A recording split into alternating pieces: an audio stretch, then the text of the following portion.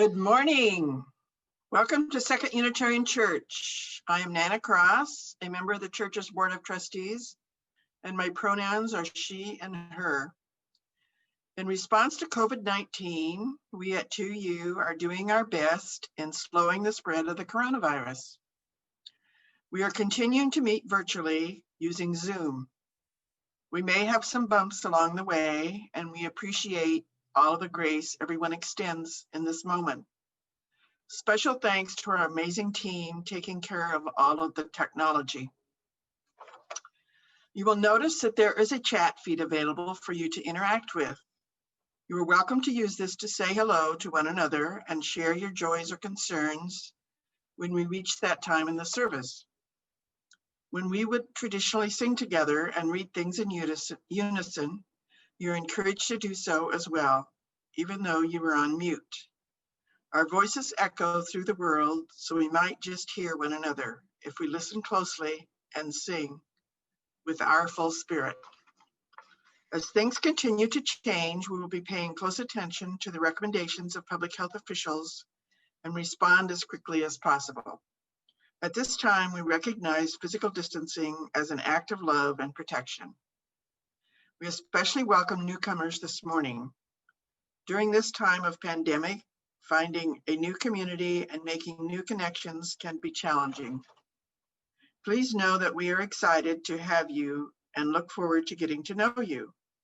If you are new to us today, you are welcome to note that in our chat.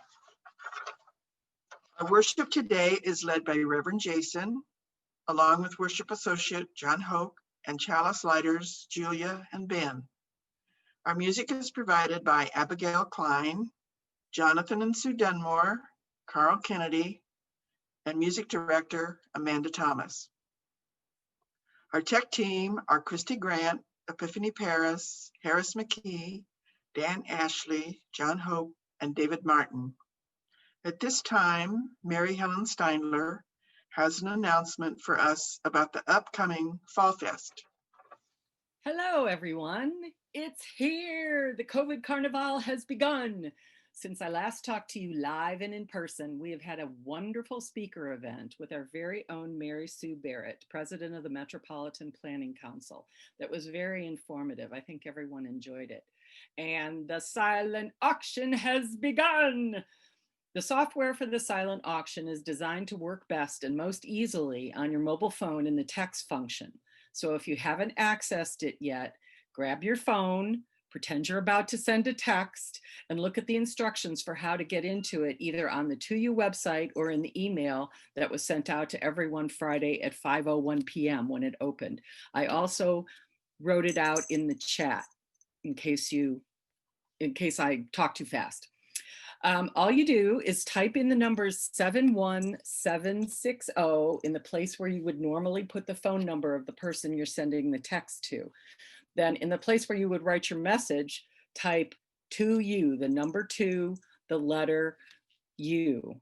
I think I have someone who's trying to help me. And then you'll get back a message with a link. Click on the link, follow the instructions, and away you go. It's easy and fun. If you have any problems getting in, contact Eric Schutzler, our software wizard. And the best part is the silent auction is open for over a week. It doesn't close until next Sunday night at midnight. So talk to your friends, figure out what you might want to do together, and bid. And remember to bid early and bid often. This is Chicago after all, because there are 2 random bidder prize categories. The first one will go to the bidder chosen at random by the computer. And the other one will go to the individual who bids on the most items. Have fun with it. There's a lot of great stuff. And she thinks so too. Our next speaker event is Colleen Connell, the executive director of the ACU of Illinois, who's speaking this coming Friday at 7 p.m. Be sure to get your tickets for that. Where? Right. On the 2U website, yay! And after that, we'll finish off with Natalie Moore, WBEZ reporter and author, interviewed by our very own Kimberly Bears on Thursday, November 12th at 7 p.m. And then the COVID Carnival party on Saturday night, November 7th, starting at 6:30 p.m. It's free for everyone to join us. We would love it if you would register for it on the 2U website, just so we can make sure that we get you your the email so that you get the Zoom information. But if you forget, an email will go out with all the details of the party, with the acts and all their information and the Zoom information for signing on to enjoy it all. And here's what's coming. We'll have a Pitter Patter Pet, I can't even say this, Pitter Patter Pet Parade by Alicia Obando, where the kids and grown-ups can dress up their pets and tell us why they're so wonderful. We'll have a lockdown puppet theater with artist and actor Matthew Owens, who has created over 50 large puppets he's been doing a show with them over the entire quarantine from his balcony. Our keynote speaker will be former 2U minister and nationally renowned poet, the Reverend Dr. Lynn Unger, who will read some of her great poetry that's perfect for these times of stress and strangeness. We'll have a good old-fashioned paddle raise to try and get us to our fundraising goal. And then we'll have a duet of cabaret singers, entertainers, and impersonators who will do their show for us. But you can also request songs in the chat if you'd like to hear something special. And then we will wind up the evening with Latin dancing lessons from the Latin Street Music Theater Studio, where we will have an introduction to salsa dancing and bachata dancing. I can't wait to find out what that is, because I don't know. It's going to be really fun and a great stress reliever from all the election brouhaha, no matter what the outcome. If you have questions, check the website first. Then you can contact me if you need more help. Oh my gosh, so much excitement coming up. Please join us and join in the fun. I now welcome John Houck to lead our call to worship. We are a Unitarian Universalist congregation, a community of children, youth, and adults, a people of many beliefs and traditions, bound not by the specific list of things we believe, but by the values we share. Whether you are joining us for the first time or for the 1,000th time, you are welcome here. Whether you believe in God some of the time, all of the time, or none of the time, you are welcome here. Whatever your race, whomever you love, whichever way you move in the world, however much money is in your pocket, you are welcome here. I invite you now to take a breath in and out. As the music begins, let us enter into our worship service together.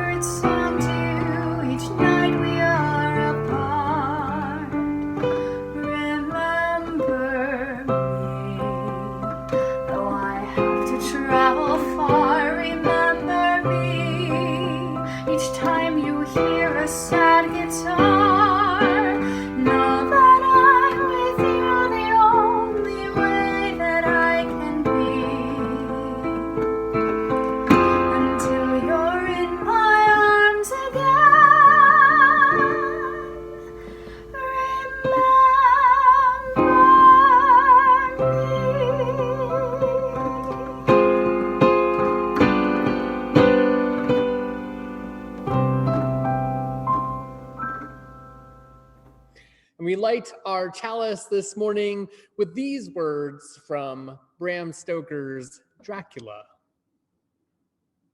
There are darknesses in life, and there are lights and you are one of those lights, the light of all lights. May we all be this light, shining the way towards love. Oh my. Good morning. Please join me in singing our opening hymn, Our World is One World.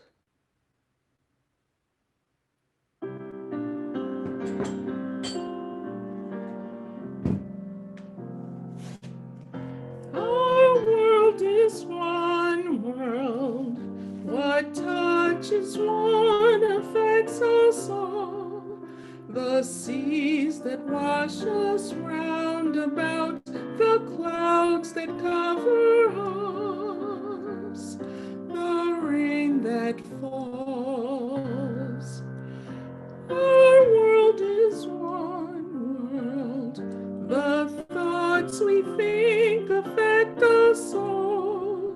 The way we build our attitudes with love or hate we make, a bridge or wall. Our world is one world. Its ways of wealth affect us all. The way we spend, the way we share, who are the rich or poor, who stand or fall.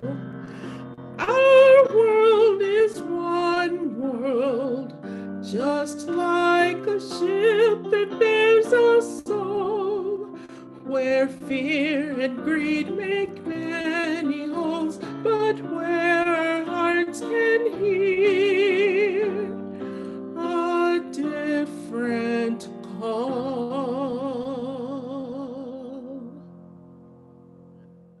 Join me in reciting our words of covenant, please.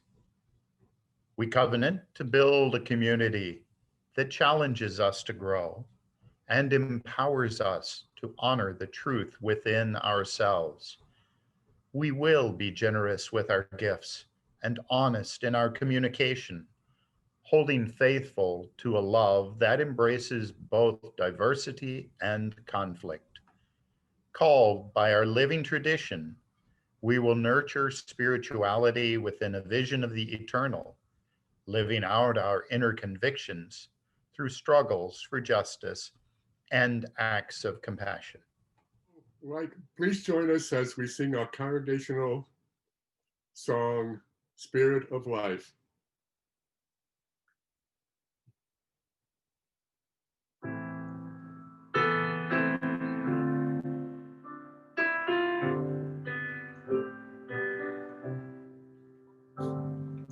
Spirit of life, come unto me.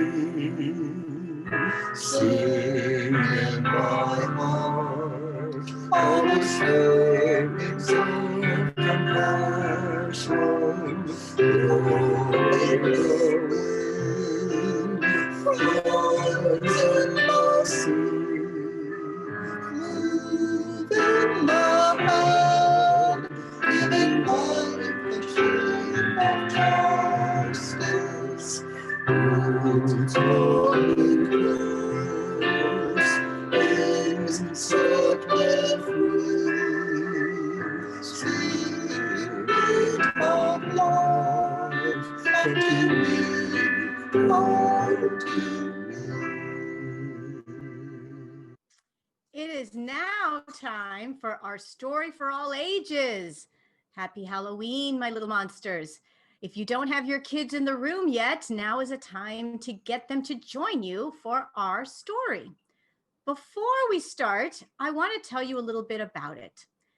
So we're going to read a book called The Day of the Dead. The Day of the Dead, or El Día de los Muertos, is one of Mexico's most important holidays. It actually spans 3 days from October 31st to November 2nd and is a time to remember loved ones now gone. Families prepare favorite foods of the departed and picnic at their graves. They adorn the graves with marigolds, the traditional flower of the dead, and strew paths of petals to lead the spirits to the offerings, which along with the delicious food usually includes salt and water, symbols of ongoing life. The people dance, sing, and share memories of their loved ones, welcoming their spirits, who are thought to return briefly to take part in the celebration. So let's get started with our story. Day of the Dead is written by Tony Johnston and Jeanette Winter. Above a small town in Mexico, the sun rises like a great marigold. A soft sound comes from a warm kitchen. Slap, slap, slap, slap. The children hear it and wake up. Mama is making empanadas, little pastries fat with meat. The children crowd around. Una probita, a taste. Wait, says Mama. Espéranse. Till when? Soon. For weeks, the family has been preparing for this day. Los tíos, the uncles, have picked fruit, bright oranges, red apples, tejocates of gold. The children have tried to sneak the fruit. Wait, says los tíos. Espéranse. Till when? Soon.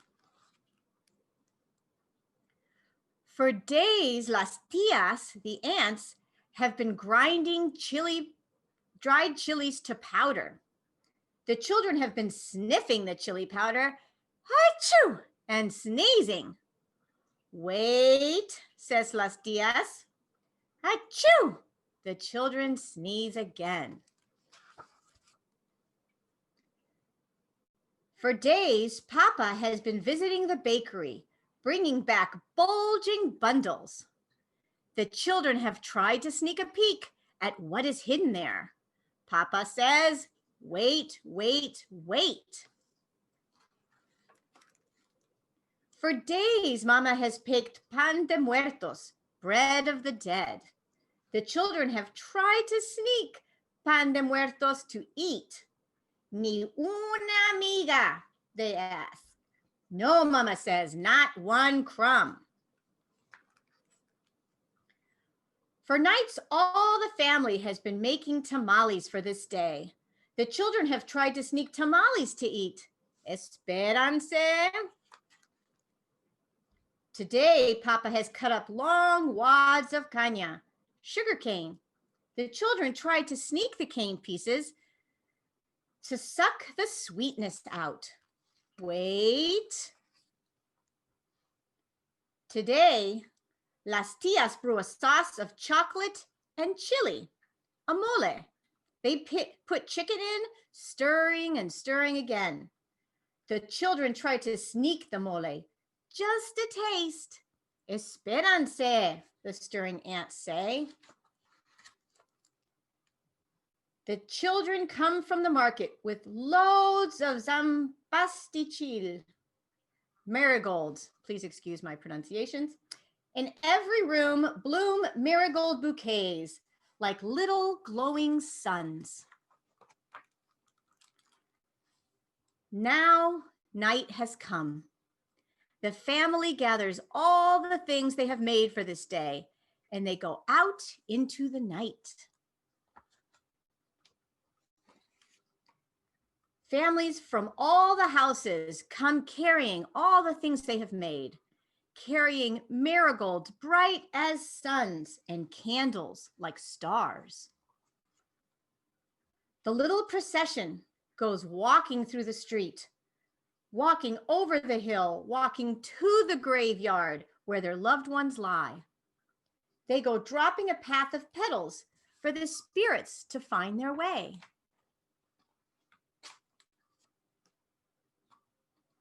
Here they go, walking towards the graveyard, putting their petals all around the ground, lighting their candles, and decorating the graves of their loved ones. The family comes to the graves of los abuelos, the grandparents. There they place salt and water in small bowls, and they place all the things that they have made. They sing and they dance.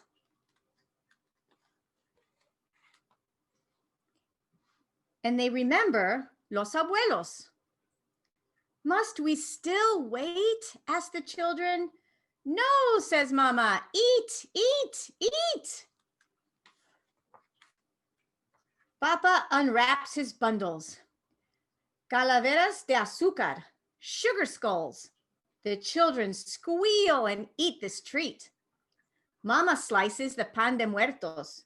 Everyone tastes the sweet bread. One child bites his and ay, ay, ay, he finds the tiny, skinny skeleton Mama baked inside. Now it is late. The family gathers what is left of all the things they have brought. They gather platters, jugs, and jars. They gather their sleeping children. Upon the graves, they leave the marigolds. Then they go walking, walking home, carrying candles like stars. Thank you for joining us this morning for the Story for All Ages.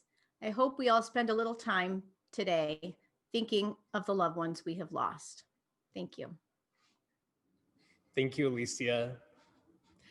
Each year, we all make a commitment, a pledge to support the ministry of our church.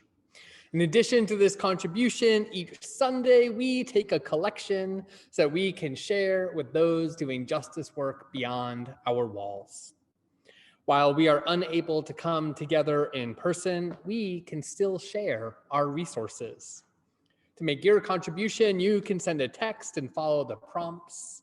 We will have the number on your screen as the music plays during the offertory. For the month of November, starting today, we are sharing our plate with the Unitarian Universalist Service Committee. And this morning, we'll hear some words from Barb Michael. Thank you, Reverend Jason. Good morning, everyone. Yes, that's right. UUSC will be our November plate share. And if you like, you can incorporate UUSC's Guest at Your Table program by making and or decorating a container in which you and anyone who lives with you can drop coins or bills. With it on your table, it can serve as a reminder of some particular folks in need of human rights, your guest at the table. This year's theme for Guest at Your Table is home. When you think of home, what things come to your mind? Perhaps family members, including pets, some good books, some sweet loving, plants, a favorite piece of art, a window on your neighborhood with clean air coming through, healthy, tasty food, clean water, heat for the colder days, a feeling of comfort and safety. Would you be sad or frustrated or angry if you didn't have those amenities? Over the next 4 Sunday mornings, the home needs of people in 4 different regions of the world will be highlighted prior to our plate share offering time. UUSC partners in Alaska, Louisiana, and the Pacific are fighting for their homes and ancestral lands against the ravages of extractive industries and climate change. Truly devastated by this, our Chief Cheryl Parfait Dardar and her community of the Biloxi Chitimacha Choctaw tribe and the fight to save their homelands and the way of life in southern Louisiana. Because of the diversion of the Mississippi River and other development projects, oil and gas extraction, erosion, saltwater intrusion, and the climate crisis, fishing, farming, and clean waters have disappeared. And the oil industry and US government give no aid like they do to neighboring white communities.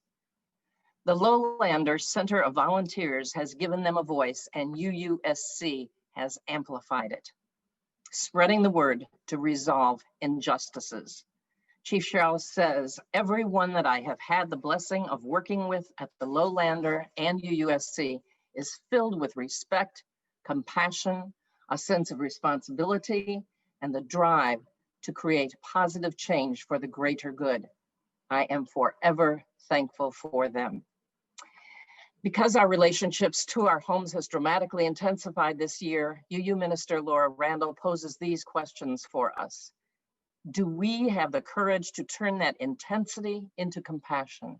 Can we feel and not just know, but feel the primacy of the value that everyone, everywhere has the right to self-determination and safety in their homes? Know that your contributions at this Guest at Your Table season will be very much appreciated. Thank you. Now, I invite you to join me in reading our offertory words. The words are printed in your order of service and will appear on your screen.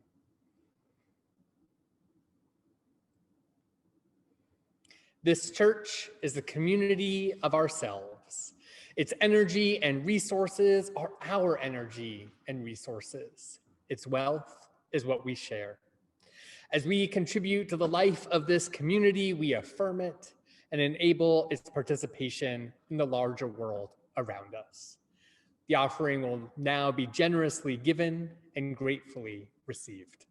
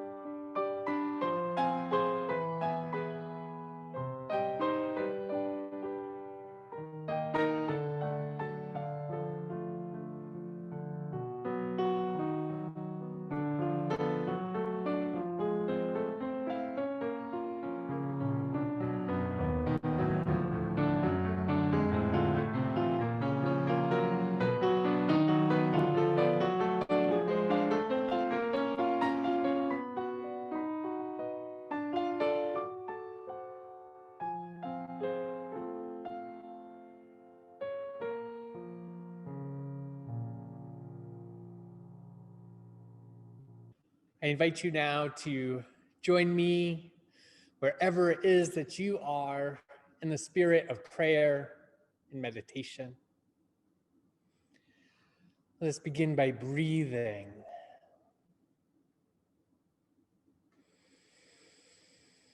Take some breaths in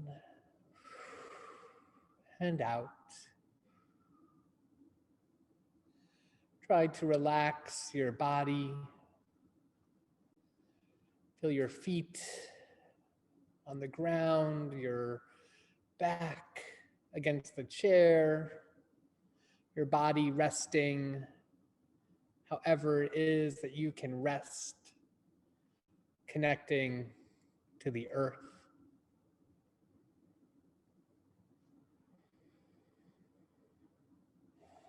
We begin in thanks, thankful for the breath in our lungs, the beauty of our earth, and the strength of this community.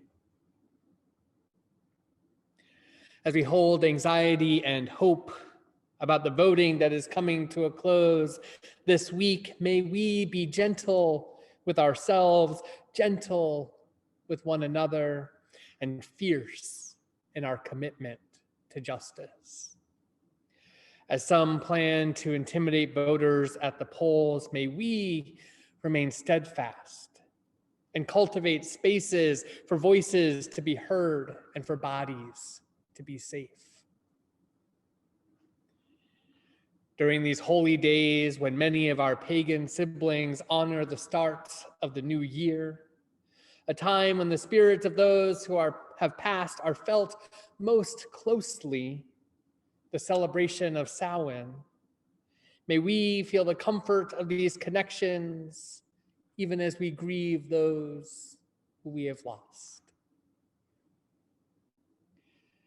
During these holy days when Christian and indigenous traditions blend together into the honoring of the dead with festivals like Dia de los Muertos, may we hear the messages from our ancestors to seek love, to give life to liberation, and to take comfort in the care of one another.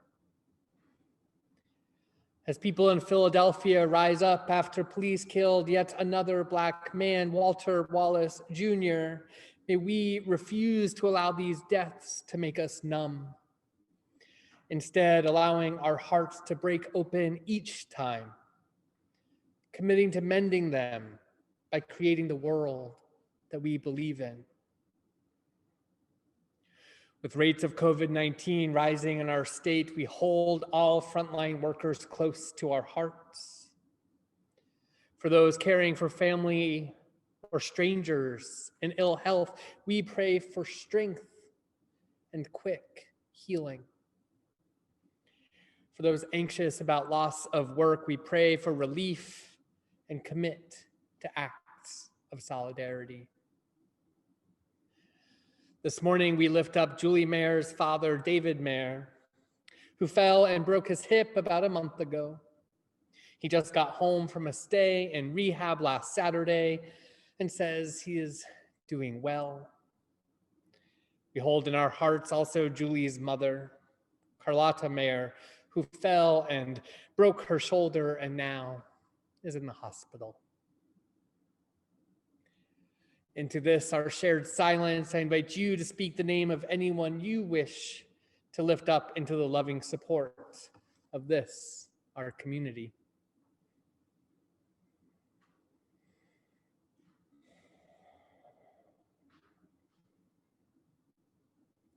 With our deepest compassion, let us hold in our hearts those named and unnamed, those remembered and those forgotten. Let it be so. Amen. And blessed be. In just a moment, I'm going to light 2 candles. One representing the joys and celebrations we are experiencing, and another representing concerns and sorrows that we hold.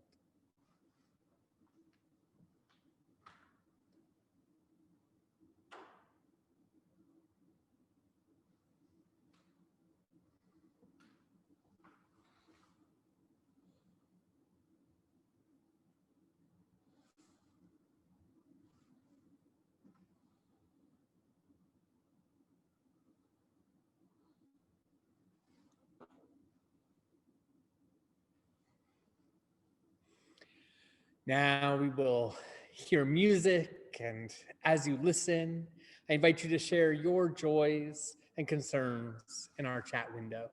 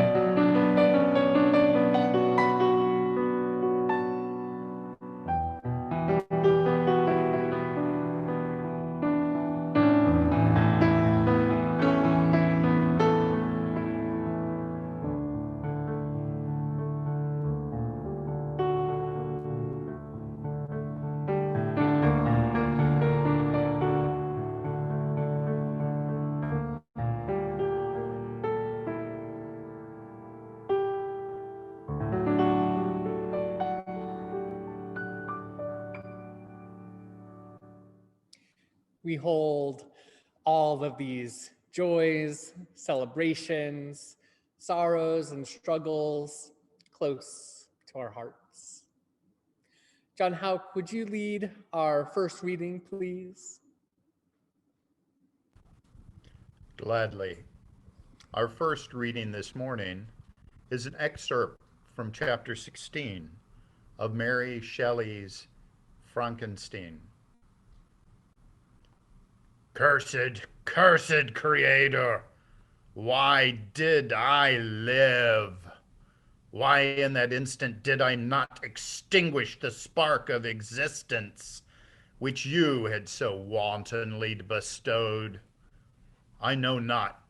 Despair had not yet taken possession of me. My feelings were those of rage and revenge. I could with pleasure have destroyed the cottage and its inhabitants, and have glutted myself with their shrieks and misery. When night came, I quitted my retreat and wandered in the wood. And now, no longer restrained by the fear of discovery, I gave vent to my anguish in fearful howlings. I was like a wild beast that had broken the toils, destroying the objects that obstructed me, and ranging through the wood with a stag-like swiftness. Oh, what a miserable night I passed! The cold stars shone in mockery, and the bare trees waved their branches above me. Now and then the sweet voice of a bird burst forth amidst the universal stillness. All save I were at rest or in enjoyment. I, like the arch-fiend, bore a hell within me, and finding myself unsympathized with, wished to tear up the trees, spread havoc and destruction around me, and then to have sat down and enjoyed the ruin. But this was a luxury of sensation that could not endure. I became fatigued with excess of bodily exertion, and sank on the damp grass in the sick impotence of despair. There was none among the myriads of men that existed who would pity or assist me. And should I feel kindness towards my enemies? No. From that moment I declared everlasting war against the species, and more than all, against him who had formed me and sent me forth to this insupportable misery. The sun rose. I heard the voices of men, and knew that it was impossible to return to my retreat during the day. Accordingly, I hid myself in some thick underwood, determining to devote the ensuing hours to reflection on my situation. Thank you, John. Our second reading this morning is a poem by a group of women who competed in the 2013 Brave New Voices Grand Slam final at the Auditorium Theater here in Chicago. Let's listen.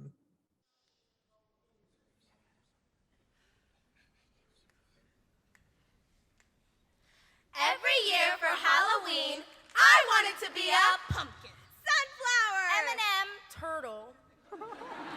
But when you get older, the costumes tend to get smaller, finessing curves into eye candy instead of masterpiece. American Beauty turned apple pie cutie. So this year, I decided to be a school teacher, Nurse. fairy, Wonder Woman.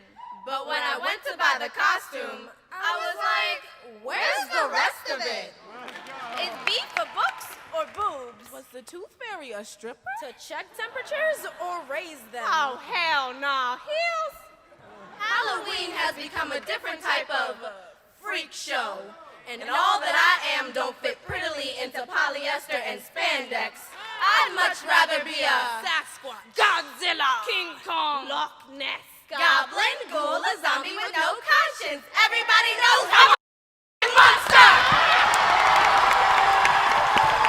Society is trying to squeeze the fantasy out of us. Turn our feminine fatal. So this year, I think I'll be monster. Let me be mummy, empty of all organs so they'd never fail me. Only my heart would remain, the center of intelligence and emotion. But I'd never need to feel another pair of greedy eyes on me. Monster. I'd much rather be vampire, my reflection disappearing every time I looked in the mirror, so I wouldn't have to worry about flaws that stare blankly back at me. I will suck every woman's stereotype out of your throat. Monster. I've heard that some of the most beautiful women Are the craziest ones. On a bad day, I'm human. On a full moon, werewolf that I exist when the lunar ticks, ticking till the time comes when I'm finally comfortable in my own skin. Tick, monster. Let me be your worst nightmare for one night. I'll shed away my wings and Betsy Johnsons and I'll play boogeyman. See, I know what you're afraid of, a woman who can do bad, No, evil. all by herself. But nowadays, boogeyman is a lot less frightening than a strong woman, monster. But no matter what garments we wrap ourselves in, A woman's status as trick, treat, or geek is not up for discussion. A woman dressing, acting, or being should be her choice. If a woman wants to wear a skimpy outfit, let it be Her choice. If a woman wants to cover up, let it be Her choice. If I want to be a f***ing monster, then let it be my choice. Is B for books or boobs? Both. To check temperatures or raise them? Both. Was the tooth fairy a stripper? Maybe, but who cares? See, I'd much rather be woman. And if it means that I must be a monster, Then happy Halloween.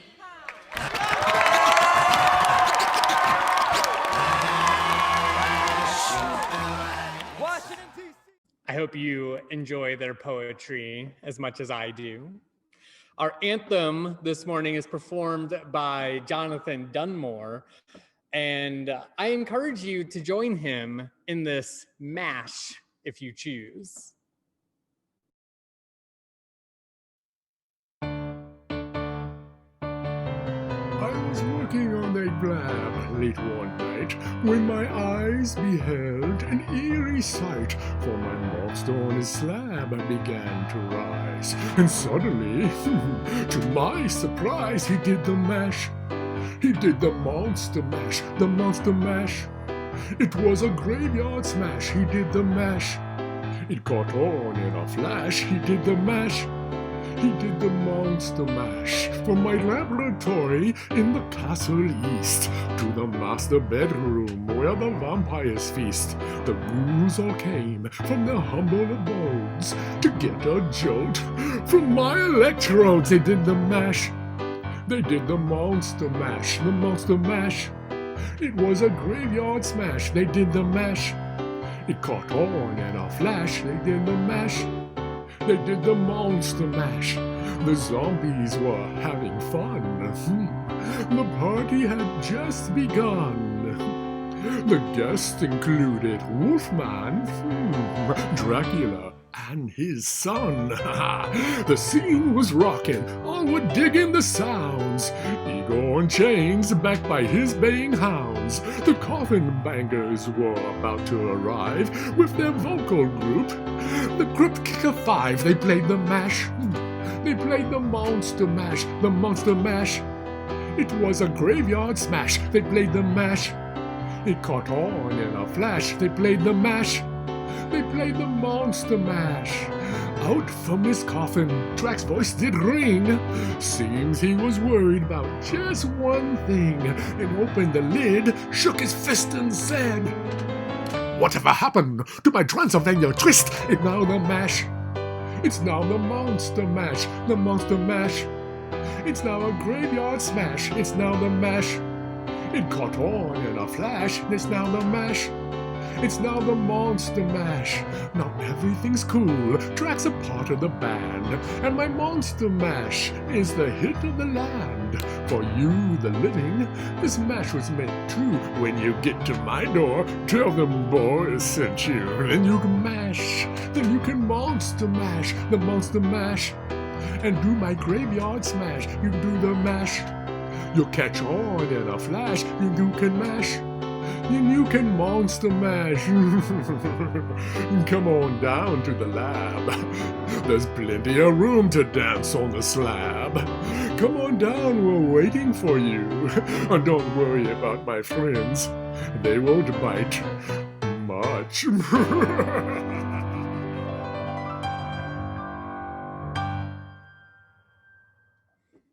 Thank you so much, Jonathan, for that.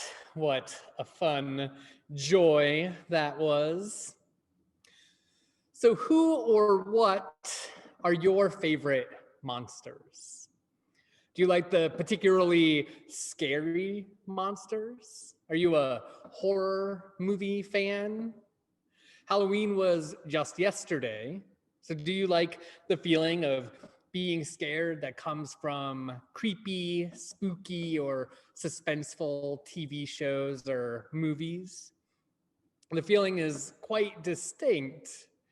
Maybe you kind of hold your breath a little or feel the hairs on the back of your neck rise, your stomach flipping around a little bit inside of you.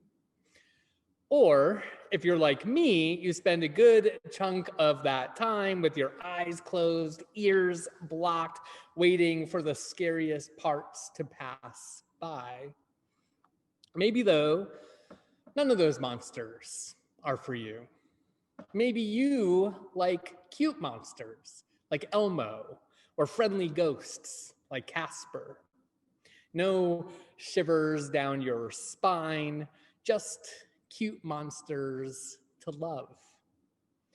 Whatever the case may be, most of us have a favorite monster. You're welcome to share yours in the chat if you would like. As for me, it's a bit of a toss-up between werewolves and vampires.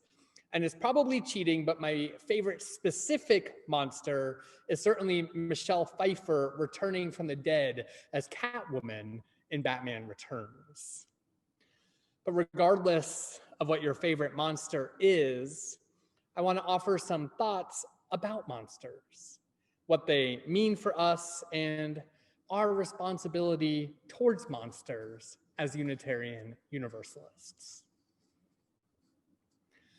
The morning after Kamala Harris and Mike Pence debated each other, Donald Trump referred to Harris as a monster. This was no accident, not a slip in speaking. Donald Trump described Kamala Harris as a monster for very specific reasons. Monsters are not people. Monsters are the other. Monsters are to be reviled, defeated, hunted down with torches and pitchforks. The same man who got on TV and told the Proud Boys to stand back and stand by was now using more language to rally his base. Calling someone a monster is hardly the most offensive or harmful thing that Donald Trump has done. But I share this recent example because I want us to question together, who are monsters? What is monstrous? And how must we respond?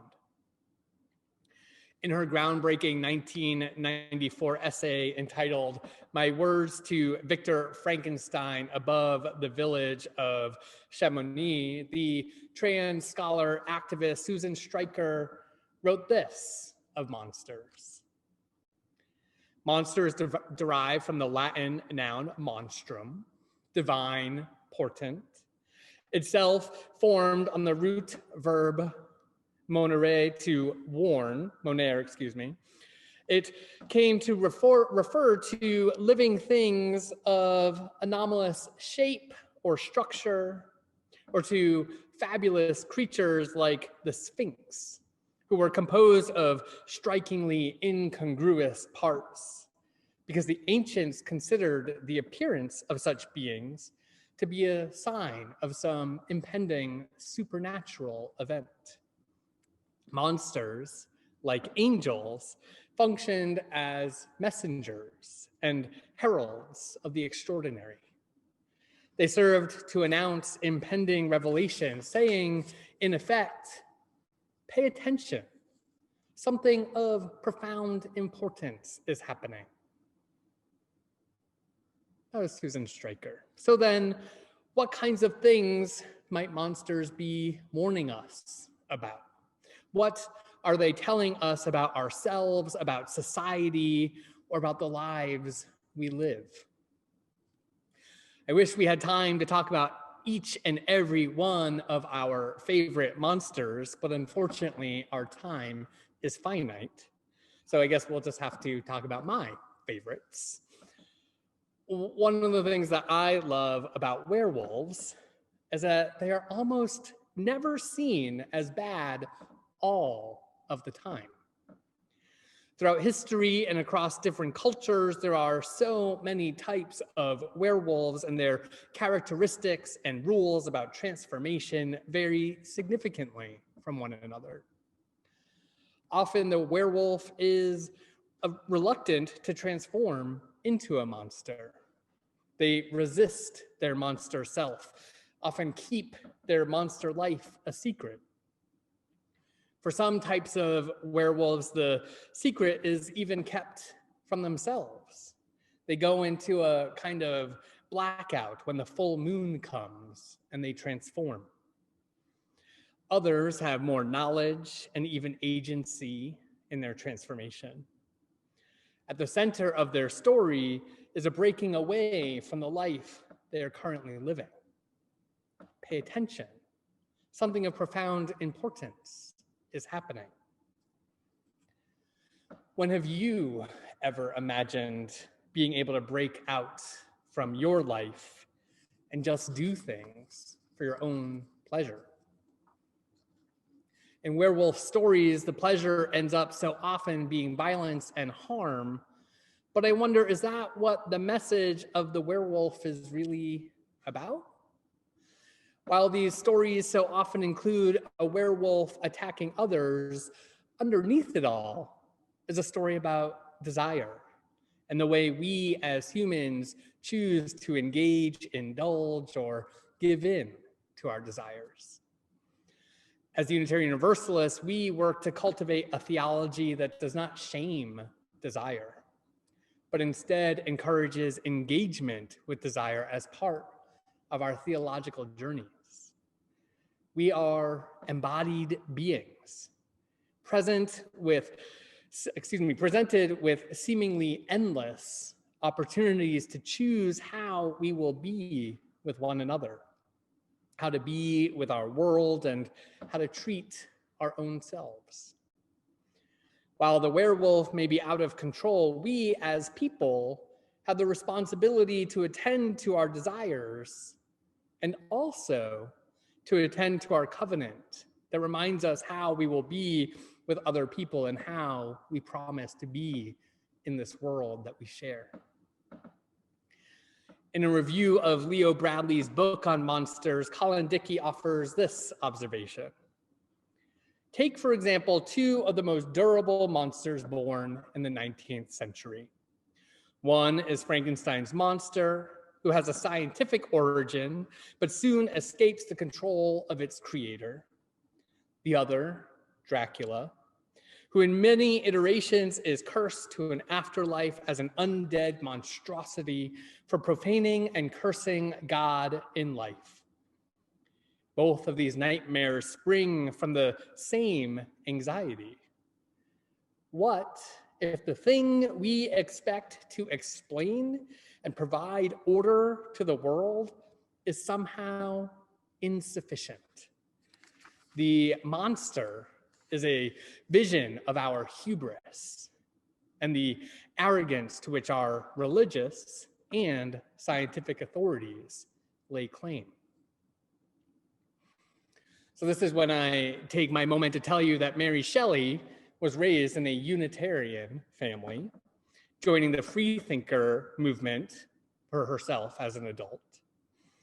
In the reading John did this morning, we can hear Frankenstein's monster wrestling with his own experience of suffering and brokenness, his own despair, his desire for revenge. He had been created by a scientist who chose not to care for him, and then was rejected by a town of people who could have chosen to accept him. Science failed the monster and failed all those the monster came in contact with. Science became arrogant. Religion, though, offered no better solution in this story. It is no surprise that the mob who attacks the monster is often depicted with religious leaders amongst the villagers. Mary Shelley's original book was about so much more than the debate between religion and science, though certainly that was part of it. Literary scholars have assessed the book's engagement with the French Revolution, the Haitian Revolution, gender oppression, and abolitionism. The monster was used to tell many stories all at once. And Mary Shelley's goal of transferring sympathy from the humans to the monster has had varying degrees of success over these last centuries. On the podcast Monster Talk, the host interviewed Scott Poole, the author of Monsters in America. They focused on the history of monsters in the American imagination. Something that stuck out for me was his analysis of race in monster movies and monster folklore. It's hard to look at anything in US cultural history without a racial analysis. And something he said about the 1931 Frankenstein movie really struck me at my core. This is not a direct quote, but what he was saying was that of the hundreds of thousands of people who went to see the film, there must have been many white folks, men in particular, who had literally taken part in actual lynch mobs attacking Black people. So as they sat in the theaters in the early 30s, how did they see themselves? As they looked up at the screen, knowing that the viewers were supposed to be sympathizing with the monster, were they aligning themselves with the mob? Pay attention, something of profound importance is happening. Our world is one world. The thoughts we think affect us all. The way we build our attitudes with love or hate, we make a bridge or a wall. These are words from our opening hymn this morning. These words move us beyond our individual humanity or our individual monstrosity, reminding us instead of our deep interconnectedness. What we say, do, and think, it all has an impact. When's the last time you called someone a monster? Maybe it was behind their back or when gossiping with a friend. Maybe it was about someone famous or someone in power who's doing something that upsets you. Since I decided the topic for this sermon, I've noticed that I do it a lot more than I would have guessed previously. In some ways, monster is a very helpful insult, even playful at times. We say it in front of and even often about children and pets. And yet it's not nearly as benign a term as it might seem. My goal is not to convince you or even me to stop using the term monster, but rather I want us to consider the implications of it just a bit more. Our first principle reminds us that we promise to affirm the inherent worth and dignity of every person. Once we designate someone a monster, the first principle we hold can start to disappear. If someone else is not a person, then we do not need to treat them as though they have inherent worth and dignity. Or if someone describes you as a monster, It can be easier for them to deny you access to love, compassion, equity, justice. A monster can be chased down, attacked, and vilified.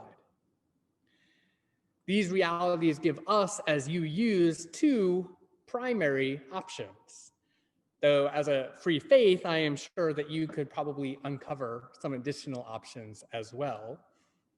The two primary options I notice, though, are that we can either reject the concept that there are monsters at all, or we have to figure out what it means to align ourselves with those who have been designated as monsters, even when it's scary or hard to do. In our liberal religion, we leave so many of the answers to our biggest questions up to each individual, though our shared values offer a guide to find these answers together, to challenge ourselves and one another. So as we each decide where we land with the question of monsters, I want to return to some of Susan Stryker's words. If we live in an anthropogenically changing climate, by which she means a climate that is being changed by human actions, one way to address this is to change what it means to be human. She continues, and so imagine a human subject that desires differently, that imagines its relationship to the environment differently, that imagines sociality to be different, has a different relationship to technology and embodiment. She goes on, these are the things we're talking about with trans. It's the reformulation of something that is meant to be inhuman, or as feared as representing an inhumanity, an unnaturalness, a monstrosity, and using that as the basis for imagining how people can be otherwise to how they are. So I know that not everybody will immediately feel excited about the association of trans experience with monsters, but for Susan Stryker, as a trans woman scholar, she is suggesting a rejection of the move to assimilate into an oppressive human nature. Instead, for her, trans experience, trans theory, and I would add trans theology, is an invitation to align with new ways of experiencing humanity.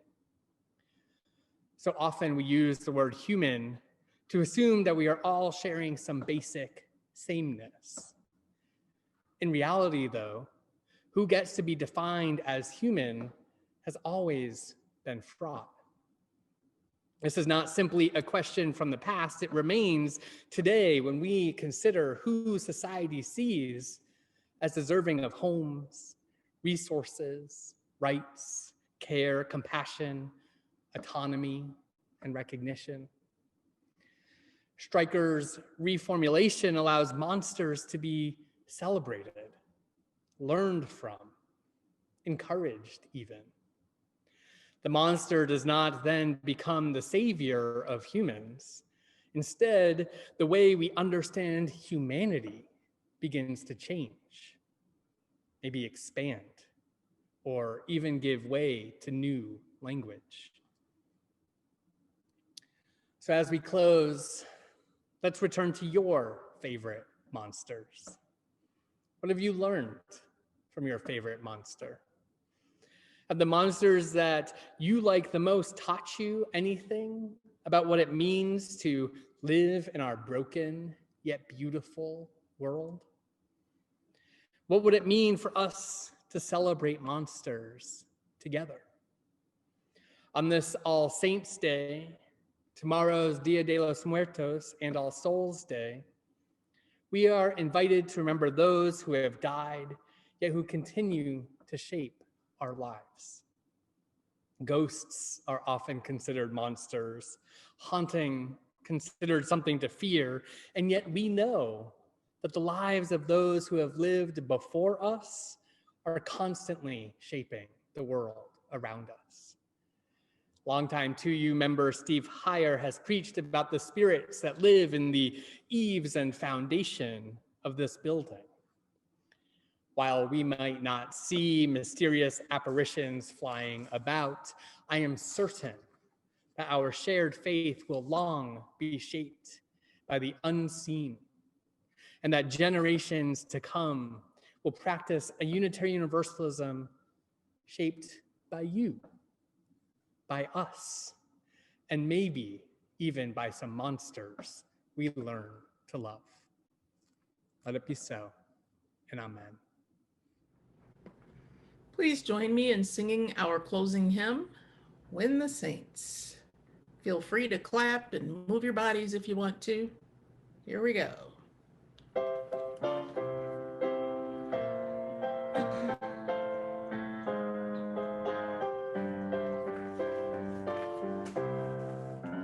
Oh, when the saints go marching in, oh, when the saints go marching in, oh Lord, I want to be in that number. When the saints go marching in, oh, when we all have food to eat, yes, when we all have food to eat, oh Lord, I want to be in that number. When the saints go marching in, oh, when the air is pure and clean, oh, when the air is pure and clean, oh Lord, I want to be in that number. When the saints go marching in, back to the top, oh, when the saints go marching in, oh, when the saints go marching in, oh Lord, I want to be in that number. When the saints go marching in.